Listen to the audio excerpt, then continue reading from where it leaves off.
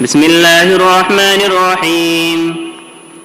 الحمد لله رب العالمين، والصلاة والسلام على سيد الأنبياء والمرسلين وعلى آله وصحبه أجمعين، أما بعد، فإن أصدق الحديث كتاب الله، وأحسن الهدي هدي محمد صلى الله عليه وسلم، وخير الأمور عوازمها، وشر الأمور محدثاتها، وكل محدثة بدعة، وكل بدعة ضلالة، وكل ضلالة في النار. وبالسند المتصل منا إلى الشيخ الإمام الهمام الحافظ الحجة أمير المؤمنين في الحديث سليمان بن الأشعث أبي داود السجستاني رحمه الله تعالى رحمة واسعة. اللهم انفعنا وارفعنا بعلومه وعلومكم، آمين يا رب العالمين. أنه قال: باب ما روي أن المستحاضة تغتسل لكل صلاة. وبه قال حدثنا أحمد بن عقيل ومحمد بن سلمة المرادي قال حدثنا ابن وهب عن عمرو بن الحارث عن ابن شهاب عن عروة بن الزبير وعمرة بنت عبد الرحمن عن عائشة رضي الله تعالى عنها زوج النبي صلى الله عليه وسلم أنها قالت: إن أم حبيبة بنت جحش ختنت رسول الله صلى الله عليه وسلم وتحت عبد الرحمن بن عوف استحيضت 7 سنين، فاستفتت رسول الله صلى الله عليه وسلم في ذلك، فقال رسول الله صلى الله عليه وسلم: إن هذه ليست بالحيضة، ولكن هذا عرق، فاغتسلي وصلي. قالت عائشة رضي الله تعالى عنها: فكانت تغتسل في مركن في حجرة أختها زينب بنت جحش حتى تعلو حمرة الدم الماء. وبه قال حدثنا أحمد بن صالح قال حدثنا عنبسط قال حدثنا يونس عن ابن شهاب قال أخبرتني عمرة بنت عبد الرحمن عن أم حبيبة رضي الله تعالى عنها بهذا الحديث. قالت عائشة: فكانت تغتسل لكل صلاة. وبه قال حدثنا يزيد بن خالد بن عبد الله بن موهب الهمداني قال حدثني الليث بن سعد عن ابن شهاب عن عروة عن عائشة رضي الله تعالى عنها بهذا الحديث. قال فيه: فكانت تغتسل لكل صلاة. قال أبو داود قال القاسم بن مبرور عن يونس عن ابن شهاب عن عمرة عن عائشة رضي الله تعالى عنها عن أم حبيبة بنت جحش رضي الله تعالى عنها. وكذلك روى معمر عن الزهري عن عمرة عن عائشة رضي الله تعالى عنها. وربما قال معمر عن عمرة عن أم حبيبة بمعناه. وكذلك رواه إبراهيم بن سعد وابن عيينة عن الزهري عن عمرة عن عائشة رضي الله تعالى عنها. وقال ابن عيينة في حديثه: ولم يقل إن النبي صلى الله عليه وسلم أمرها أن تغتسل. وبه قال حدثنا محمد بن إسحاق المسيبي قال حدثني أبي عن ابن شهاب عن عروة وعمرة بنت عبد الرحمن عن عائشة رضي الله تعالى عنها أنها قالت: إن أم حبيبة استحيضت 7 سنين، فأمرها رسول الله صلى الله عليه وسلم أن تغتسل، فكانت تغتسل لكل صلاة. وكذلك رواه الأوزاعي أيضا قالت عائشة: فكانت تغتسل لكل صلاة. وبه قال حدثنا هناد بن السري عن عبدة عن ابن إسحاق عن الزهري عن عروة عن عائشة رضي الله تعالى عنها أنها قالت: إن أم حبيبة بنت جحش استحيضت في عهد رسول الله صلى الله عليه وسلم، فأمرها بالغسل لكل صلاة، وساق الحديث. قال أبو داود: ورواه أبو الوليد الطيالسي ولم أسمعه منه عن سليمان بن كثير عن الزهري عن عروة عن عائشة رضي الله تعالى عنها أنها قالت: استحيضت زينب بنت جحش، فقال لها النبي صلى الله عليه وسلم: اغتسلي لكل صلاة، وساق الحديث. قال أبو داود: ورواه عبد الصمد عن سليمان بن كثير قال: توضئي لكل صلاة. قال أبو داود: وهذا وهم من عبد الصمد، والقول فيه قول أبي الوليد. وبه قال حدثنا عبد الله بن عمرو بن أبي الحجاج أبو معمر قال حدثنا عبد الوارث عن الحسين عن يحيى بن أبي كثير عن أبي سلمة قال حدثتني زينب بنت أبي سلمة رضي الله تعالى عنهما أن امرأة كانت تهرى قدم وكانت تحت عبد الرحمن بن عوف أن رسول الله صلى الله عليه وسلم أمرها أن تغتسل عند كل صلاة وتصلي. وأخبرني أن أم بكر أخبرته أن عائشة رضي الله تعالى عنها أنها قالت: إن رسول الله صلى الله عليه وسلم في المرأة ترى ما يريبها بعد الطهر، إنما هي أو قال إنما هو عرق أو قال عروق. قال أبو داود في حديث ابن عقيل الأمران جميعا. قال إن قويت فاغتسلي لكل صلاة وإلا فاجمعي، كما قال القاسم في حديثه. وقد روي هذا القول عن سعيد بن جبير عن علي وابن عباس رضي الله تعالى عنهما. باب ما روی ان المستحاضۃ تغتسل لکل صلاۃ.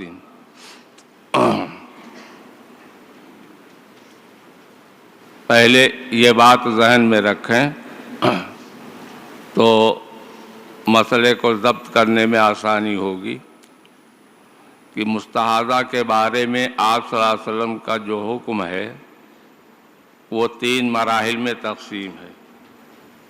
اولاً آپ نے غسل لکل صلاۃ کا حکم دیا ہے. اس کے بعد جمع بین الصلاتین بغسل کا حکم دیا ہے، جیسا کہ اگلے باب میں سہلہ بنت سہیل کے بارے میں آیا ہے کہ جب ان پر غسل لکل صلاۃ شاق گزرا تو آپ نے جمع بین الصلاتین بغسل کا حکم دیا. اور آخر میں پھر حضرت فاطمہ بنت ابی حبیش کے بارے میں آئے گا کہ حیض سے پاکی کا غسل کرنے کے بعد ہر نماز کے واسطے وضو کرنے کا حکم دیا ہے. تو پہلے نمبر پر غسل لکل صلاۃ، دوسرے نمبر پر جمع بین الصلاتین بغسل. پھر یہ حکم بھی منسوخ ہو گیا. آخر میں یہ ہوا کہ حیض کہ انقطاع حیض کے بعد ایک غسل کر لے حیض سے پاکی کا، اس کے بعد ہر نماز کے واسطے وضو کیا کرے گی بجائے غسل کے. تو یہ 3 مراحل ہوئے. یہ باب قائم کیا ہے غسل لکل صلاۃ کا، لیکن اس باب کے تحت بعض روایتیں ایسی آتی ہیں جس میں غسل کا علی الاطلاق کوئی تذکرہ ہی نہیں ہے. بعد میں ہے فکانت تغتسل لکل صلاۃ، مستحاضہ کے بارے میں کہ وہ ہر نماز کے واسطے غسل کیا کرتی تھی. تو یہ ان کا اپنا عمل تھا، اپنے طور پر وہ غسل کیا کرتی تھی ہر نماز کے لیے. آپ صلی اللہ علیہ وسلم نے ان کو حکم نہیں دیا تھا. یہاں حدیث کا مدار زہری پر ہے اور زہری کے کئی شاگرد ہیں. ابھی آپ روایت دیکھیں گے. ان شاگردوں میں سے کسی نے غسل لکل صلاۃ کو مرفوعاً عن النبی صلی اللہ علیہ وسلم نہیں ذکر کیا ہے. غسل لکل صلاۃ کو مرفوعاً نہیں بیان کیا ہے. بس یہ ہے کہ اپنے طور پر مستحاضہ ہر نماز کے لیے غسل کیا کرتی تھی. آپ صلی اللہ علیہ وسلم نے حکم نہیں دیا ہے.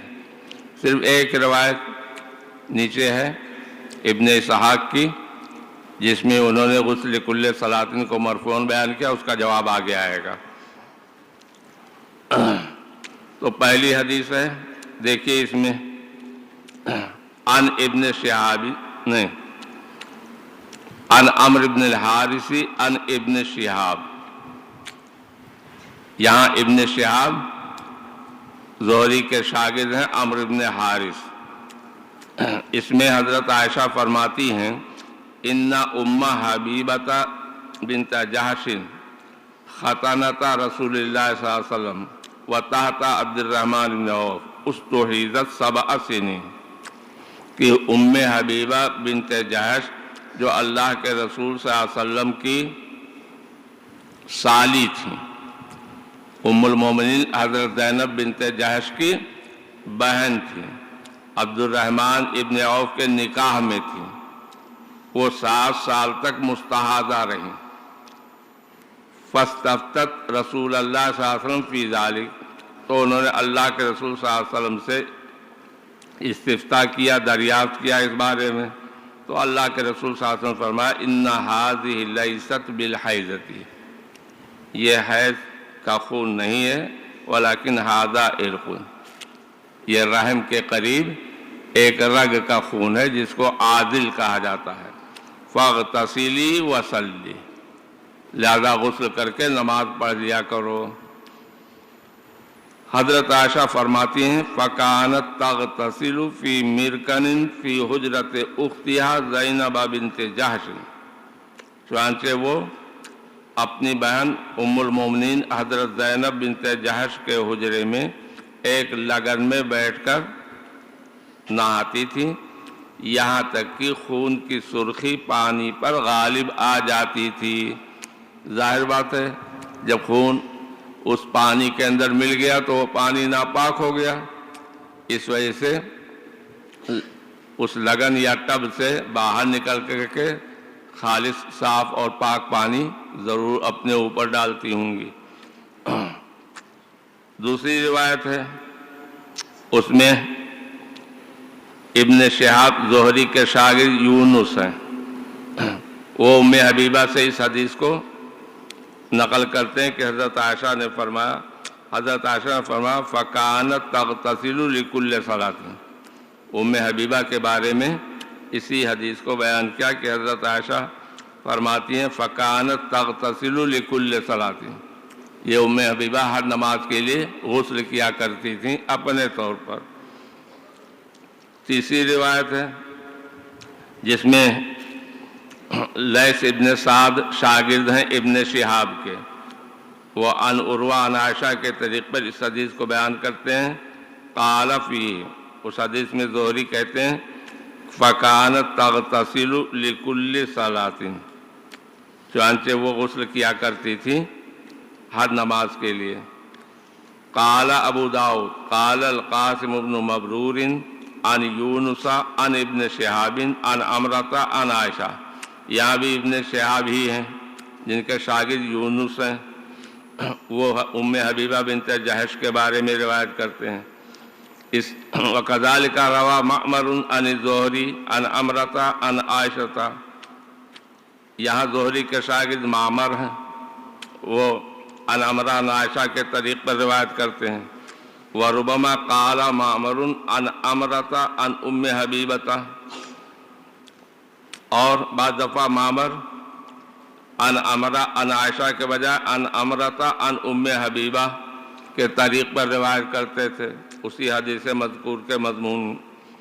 وَكَذَلِكَ رَوَاهُ ابراہیم بن سعد وابن عوینہ عن الزہری، دیکھیے یہاں زہری کے شاگرد ابراہیم بن سعد اور ابن عوینہ ہیں، عن عمرۃ عن عائشہ۔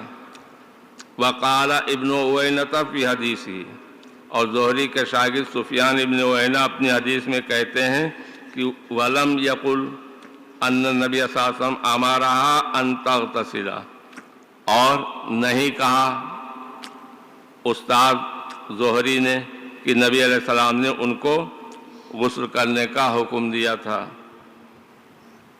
اب اگلی روایت وہ بھی اس میں ابن شہاب کے شاگرد ابن ابی ذئب ہیں، وہ عن عروہ و عمرہ بنت عبد الرحمن عن عائشہ کے طریق پر روایت کرتے ہیں، کہتے ہیں ان ام حبیبہ استحیضت 7 سنین، ام حبیبہ 7 سال تک مستحاضہ رہیں، فامرها رسول اللہ صلی اللہ علیہ وسلم ان تغتسل، اللہ کے رسول صلی اللہ علیہ وسلم نے ان کو غسل کرنے کا حکم دیا تھا، مطلق غسل کرنے کا۔ فکانت تغتسل لکل صلاۃ، وکذالک رواہ الاوزاعی ایضا قال فیہ کانت عائشۃ فکانت تغتسل لکل صلاۃ، اور زہری کے شاگرد اوزاعی نے بھی اس حدیث کو ذکر کیا ہے جس میں انہوں نے کہا ہے کہ حضرت عائشہ نے فرمایا فکانت تغتسل لکل صلاۃ، وہ ام حبیبہ ہر نماز کے لیے غسل کیا کرتی تھیں۔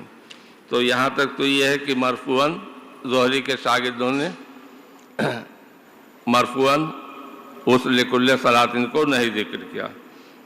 اگلی روایت ہے حدثنا حناد بن سری عن عبدہ عن ابن اسحاق عن الزہری، یہ زہری کے شاگرد ابن اسحاق ہیں، عن عروہ عن عائشہ کے طریق پر روایت کرتے ہیں کہ حضرت عائشہ نے فرمایا ان ام حبیبہ بنت جہش استحیضت فی عہد رسول اللہ صلی اللہ علیہ وسلم فامرها بالغسل لکل صلاۃ، آپ نے ان کو غسل لکل صلاۃ کا حکم دیا۔ یہ روایت آئی کہ جس میں غسل لکل صلاۃ کو آپ صلی اللہ علیہ وسلم کی طرف منسوب کیا ہے، یعنی یہ مرفوع ہے، یہ مرفوع ہے۔ وساق الحدیث.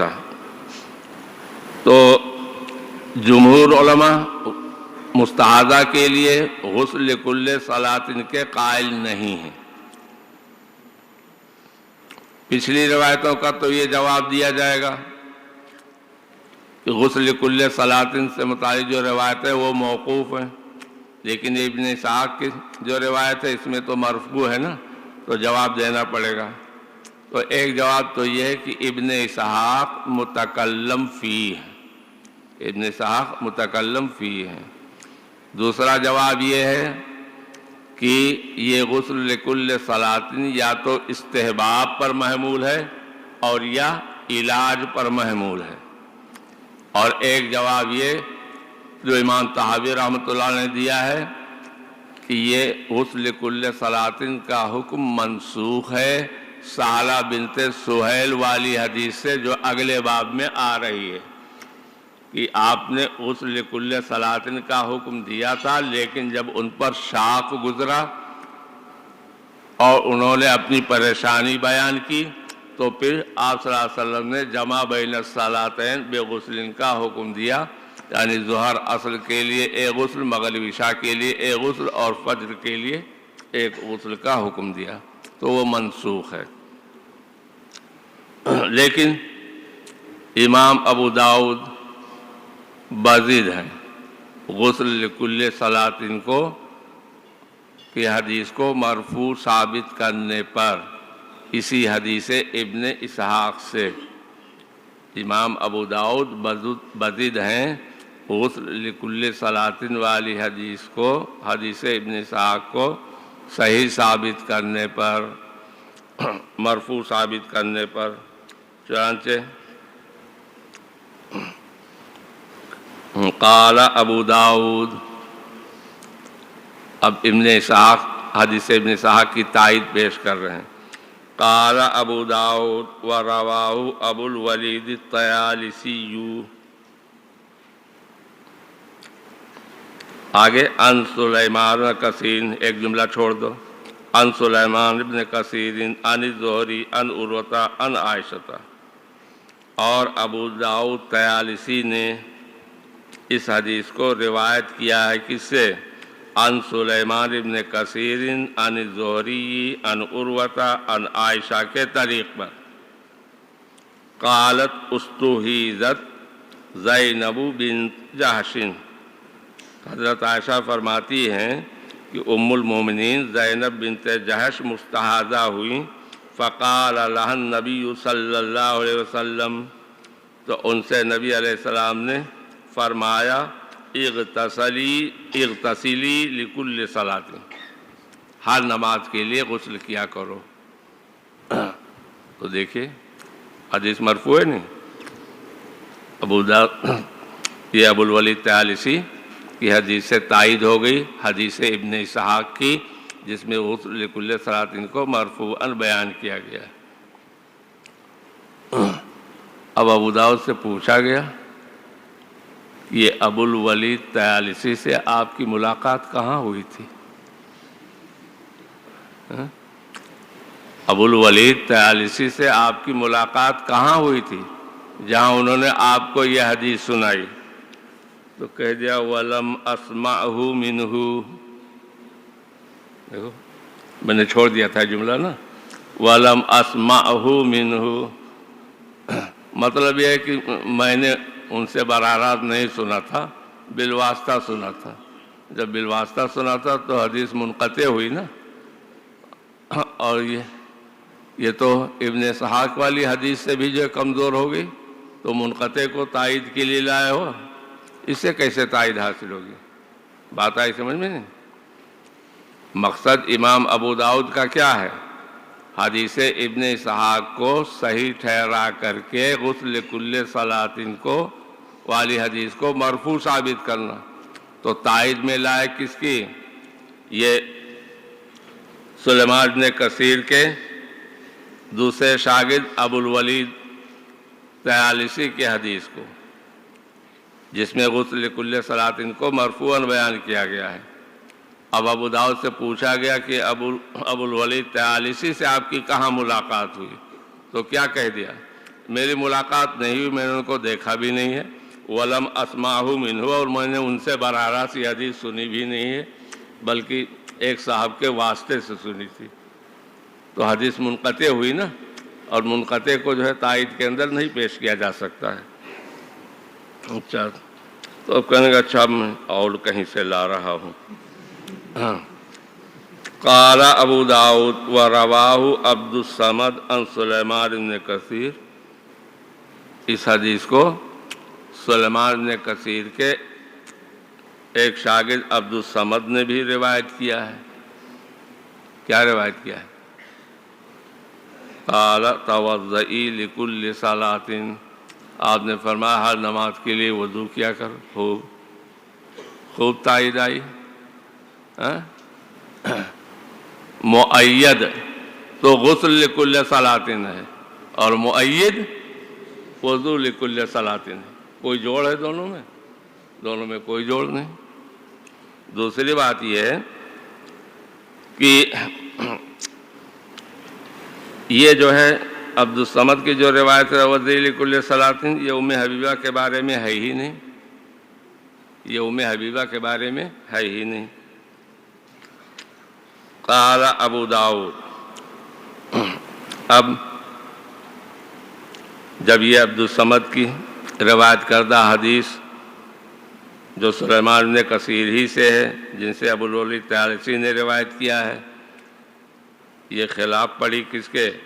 ابو الولید طیالسی والی حدیث کے، کہ اس میں تو غسل کل صلاۃ ہے، یہاں وضو لکل صلاۃ ہے۔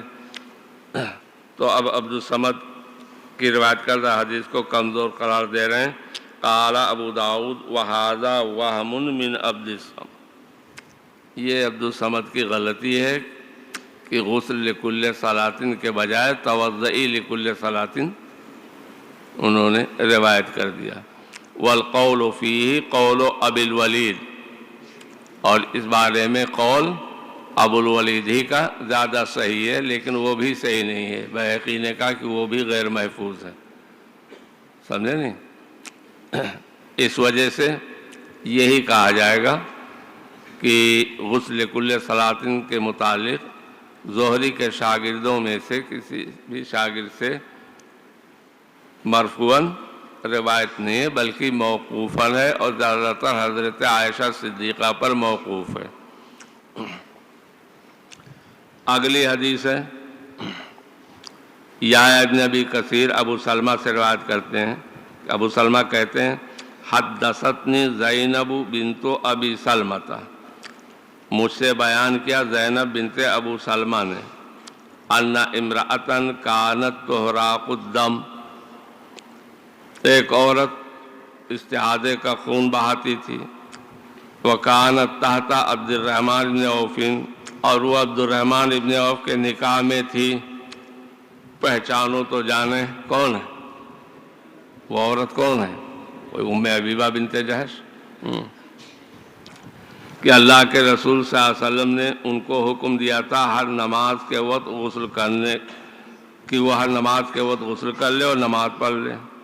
وَأَخْبَرَنِي أَنَّ أُمَّ بَكْرٍ أَخْبَرَتْهُ أَنَّ عَائِشَةَ قَالَتْ إِنَّ رَسُولَ اللَّهِ صلی اللہ علیہ وسلم قَالَ فِي الْمَرْأَةِ تَرَى مَا يَرِيبُهَا بَعْدَ الطُّهْرِ،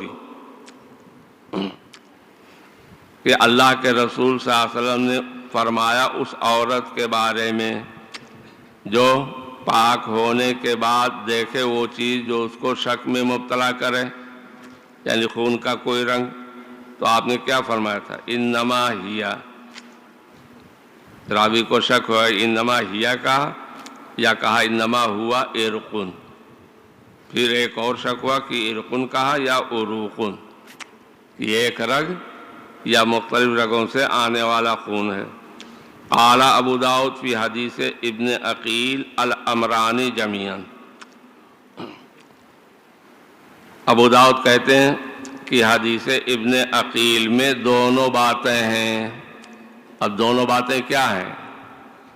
اس سے تو سمجھا تو ہے، یعنی غسل لکل صلاۃ بھی ہے اور جمع بین الصلاتین بغسل بھی ہے۔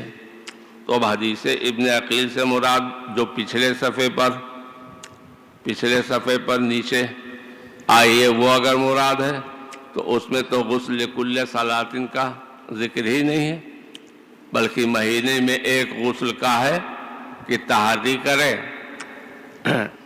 اگر غالب گمان ہر مہینے 6 دن خون آنے کا ہے فتحیدی 6 ایام، تو 6 دن اپنے کو حائضہ سمجھ کر نماز چھوڑے رکھے، اور اگر تحری واقع ہو 7 دن پر تو 7 دن اپنے کو حائضہ سمجھ کر نماز چھوڑے رکھے، اور باقی دن 23 یا 24 دن وضو کر کے نماز پڑھا کرے، تو مہینے میں تو ایک ہی غسل ہوا، غسل کل صلاتن نہیں ہوا۔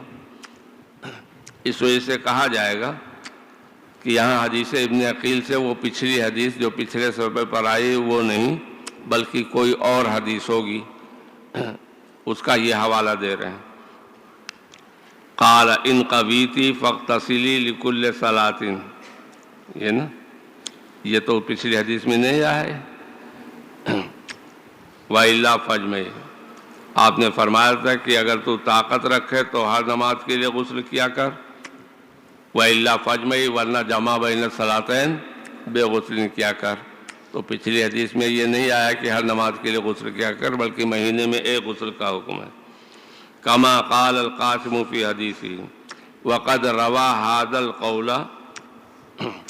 روی هذا القول عن سعید بن جبیر عن علی و ابن عباس، اور یہ قول مروی ہے سعید ابن جبیر سے، حضرت علی سے اور حضرت ابن عباس سے۔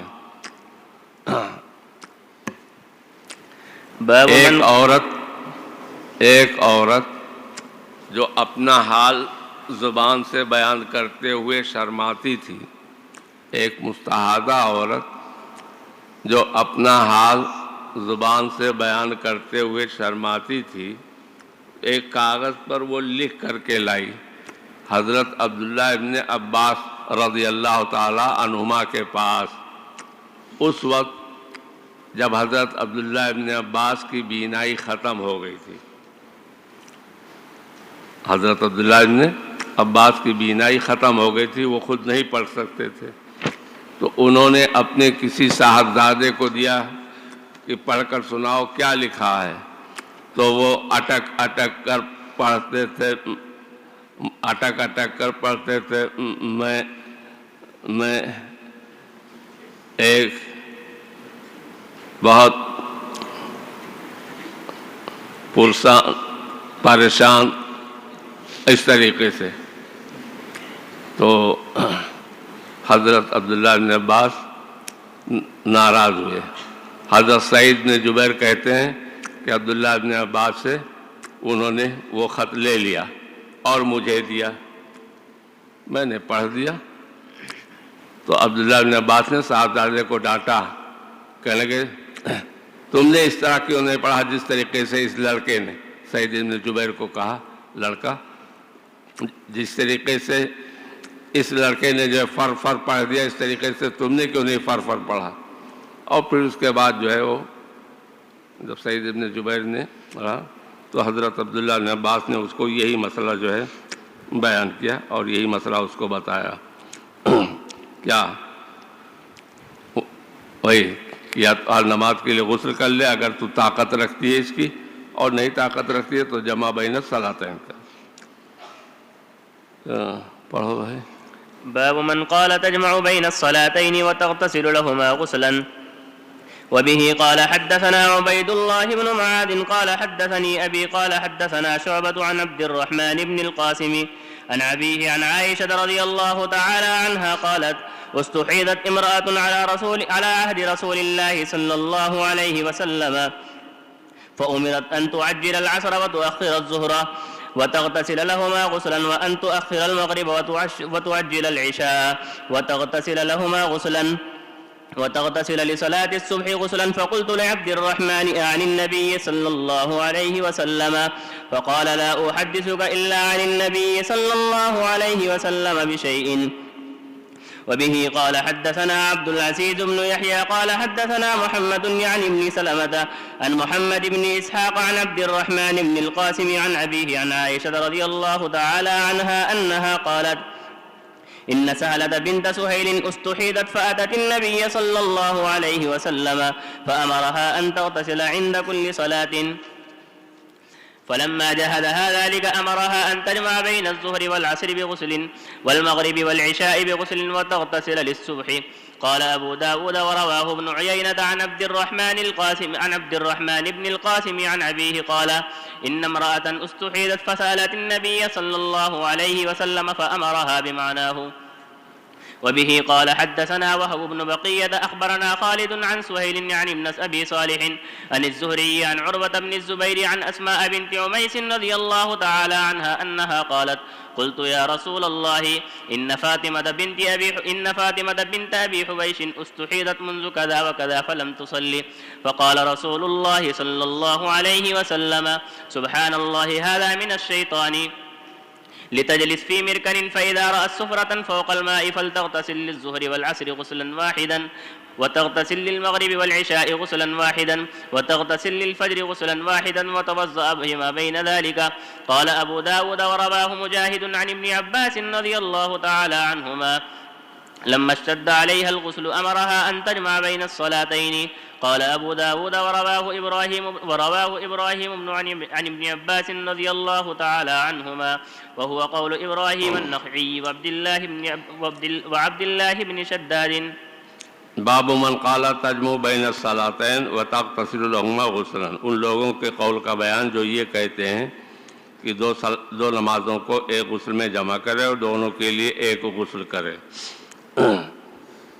حضرت عائشہ فرماتی ہیں کہ ایک عورت رسول اللہ صلی اللہ علیہ وسلم کے زمانے میں مستحاضہ ہوئی، فأمرت، تو اس کو اللہ کے رسول صلی اللہ علیہ وسلم کی طرف سے یہ حکم دیا گیا کہ ان تعجل العصر وتؤخر الظہر، کہ وہ عصر کے اندر جلدی کرے اور ظہر کو مؤخر کرے، وتغتسل لہما غسلا، اور دونوں کے لیے ایک غسل کر لے، اور یہ کہ مغرب کو مؤخر کرے، عشاء میں جلدی کرے اور دونوں کے لیے ایک غسل کر لے، اور صبح کی نماز کے لیے ایک غسل کر لے۔ فقلت لعبد الرحمن، تو میں نے عبد الرحمن ابن قاسم سے پوچھا، عن النبی صلی اللہ علیہ وسلم، کیا نبی علیہ السلام سے یہ بات ہے؟ فقالت، تو انہوں نے کہا لا احدثک الا عن النبی صلی اللہ علیہ وسلم، میں نہیں بیان کرتا ہوں تم سے مگر نہیں بیان کرتا ہوں میں تم سے کچھ، یعنی کوئی حدیث مگر نبی علیہ السلام ہی سے۔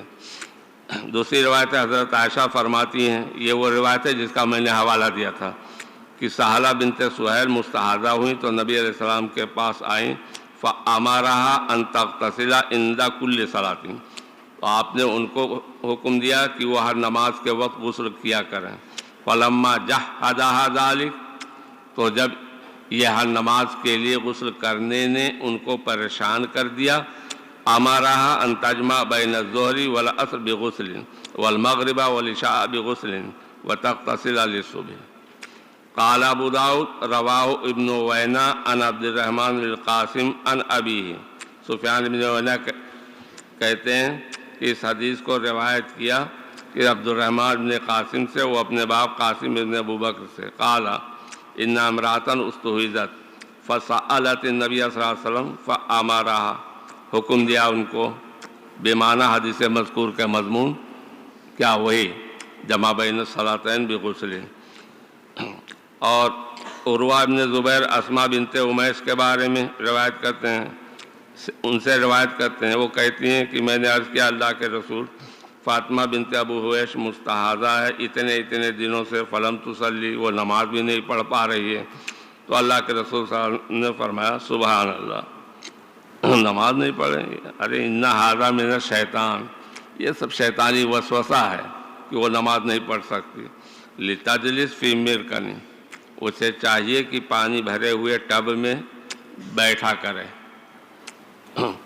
فَإِذَا رَأَتْ صُفْرَةً فَوْقَ الْمَاءِ، تو جب پانی کے اوپر زرد رنگ دیکھے تو یہ سمجھ لے کہ اب حیض ختم ہو چکا، کیونکہ حیض کا رنگ سرخ یا سیاہ ہوتا ہے۔ فَلْتَغْتَسِلْ، تو اسے چاہیے کہ وہ غسل کر لے ظہر عصر کے لیے ایک، وتغتسل للمغرب والعشاء غسلا واحدا، مغرب عشاء کے لیے ایک غسل کر لے، وتغتسل للفجر غسلا واحدا، اور فجر کے لیے ایک غسل کر لے، وتوضأ فيما بين ذلك، اور ان کے درمیان وضو کر لیا کرے۔ تو درمیان وضو کرنے کا مطلب کیا ہے؟ جیسے ظہر عصر کے لیے ایک غسل کیا اور ظہر تو پڑھ لی، لیکن عصر پڑھنے سے پہلے جو ہے دم استحاضہ کے علاوہ کوئی اور ناقض وضو پیش آ گیا تو پھر نہانے کی ضرورت نہیں ہے بلکہ وضو کر لے، سمجھے نہیں؟ یا جیسے فجر کے لیے غسل کیا تھا، ابھی 2 رکعت سنت پڑھی تھی کہ اس کے بعد فرض پڑھیں گے، لیکن 2 رکعت سنت کے بعد یہ دم استحاضہ کے علاوہ کسی اور وجہ سے استنجا وغیرہ کرنے کے سے وضو ٹوٹ گیا تو وضو کر لیا کرے۔ قال ابو داؤد رواہ مجاہد عن ابن عباس لما اشتد علیہ الغسل امرها ان تجمع بین الصلاتین، کہ جب ان کے اوپر یعنی فاطمہ بنت ابی حبیش کے اوپر ہر نماز کے لیے غسل کرنا دشوار ہو گیا تو ان کو حکم دیا کہ وہ جمع بین الصلاتین کریں۔ قال ابو داؤد رواہ ابراہیم عن ابن عباس وهو قول ابراہیم النخعی وعبد اللہ بن شداد۔